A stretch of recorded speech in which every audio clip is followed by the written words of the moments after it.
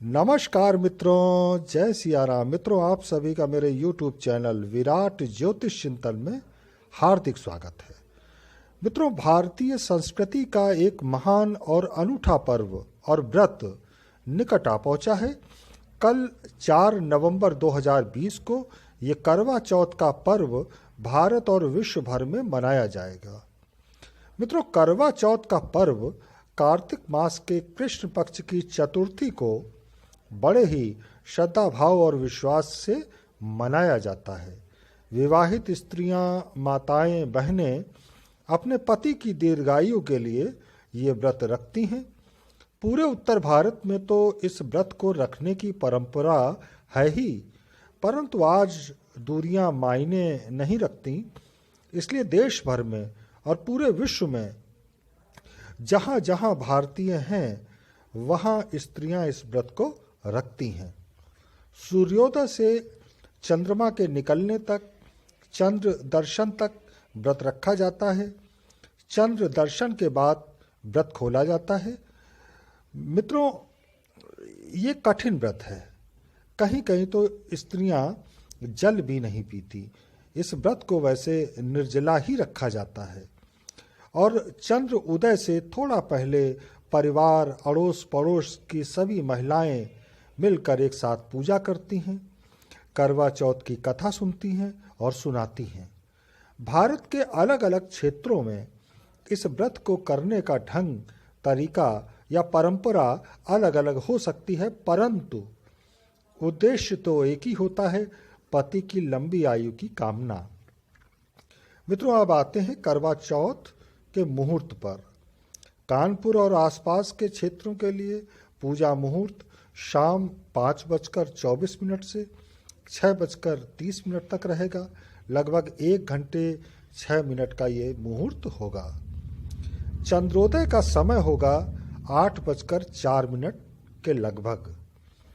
चतुर्थी तिथि शुरू होगी 4 नवंबर को रात्रि 3:27 से और 5 नवंबर को 5:17 पर समाप्त होगी। 4 नवंबर को नक्षत्र रहेगा मृगशिरा, जो कि मंगल का नक्षत्र है और मंगल को ज्योतिष में पति कारक माना जाता है। मित्रों, इस निर्जला व्रत का हमारी पावन संस्कृति में विशेष महत्व है। मुझे जहाँ तक ज्ञान है, विश्व भर की किसी संस्कृति में ऐसा कोई व्रत नहीं रखा जाता। आज जब हमारी महान संस्कृति से पूरा विश्व प्रभावित है, पुनः आकर्षित हो रहा है, तो दुख होता है कि कुछ लोग जो अपने को बहुत आधुनिक समझते हैं, पाश्चात्य संस्कृति के फूहड़पन से प्रभावित होकर इस पवित्र व्रत के स्वरूप को बिगाड़ने के प्रयासों में लगे रहते हैं। जब हम ही अपने तीज त्योहारों का, पर्वों का महत्व नहीं समझेंगे, तो फिर अन्य धर्म के लोग तो इसका महत्व क्या समझेंगे, बल्कि खिल्ली उड़ाएंगे। भूल कर भी हमें अपने किसी भी पर्व की खिल्ली नहीं उड़ानी चाहिए। हर व्रत को, तीज त्योहार को पूरी श्रद्धा के साथ, विश्वास के साथ प्रभु के समक्ष पूरी तरह समर्पित होकर हर्षोल्लास से मनाना चाहिए। जो भी माताएं, बहनें व्रत रखती हैं, उन्हें पाश्चात्य संस्कृति की छाप से थोड़ा सा अलग हटकर हमारी संस्कृति के मूल आधारों को ध्यान में रखते हुए ही ये व्रत करना चाहिए, तभी इसका लाभ है। आप फैशन करती हैं, कोई बात नहीं, खूब करिए, कोई दिक्कत नहीं कहीं से, लेकिन जब किसी पर्व को मनाएं, व्रत रखें, तो फिर जैसा हमारी संस्कृति में, हमारी परंपरा में है, उसको ध्यान में रखते हुए ही मनाएं। इस व्रत का संबंध चंद्र पूजा से है, साथ साथ शिव परिवार की भी पूजा की जाती है। चंद्रमा को अर्घ्य प्रदान किया जाता है।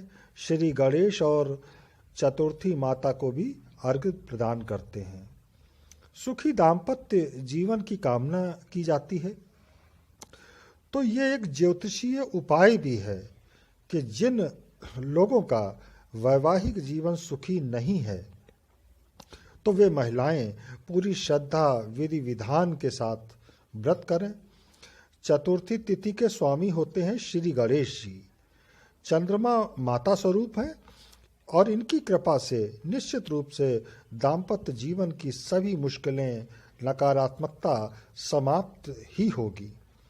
तो बहुत बहुत शुभकामनाएं आप सभी को। मिलेंगे अगले वीडियो में, तब तक जय सिया राम, नमस्कार।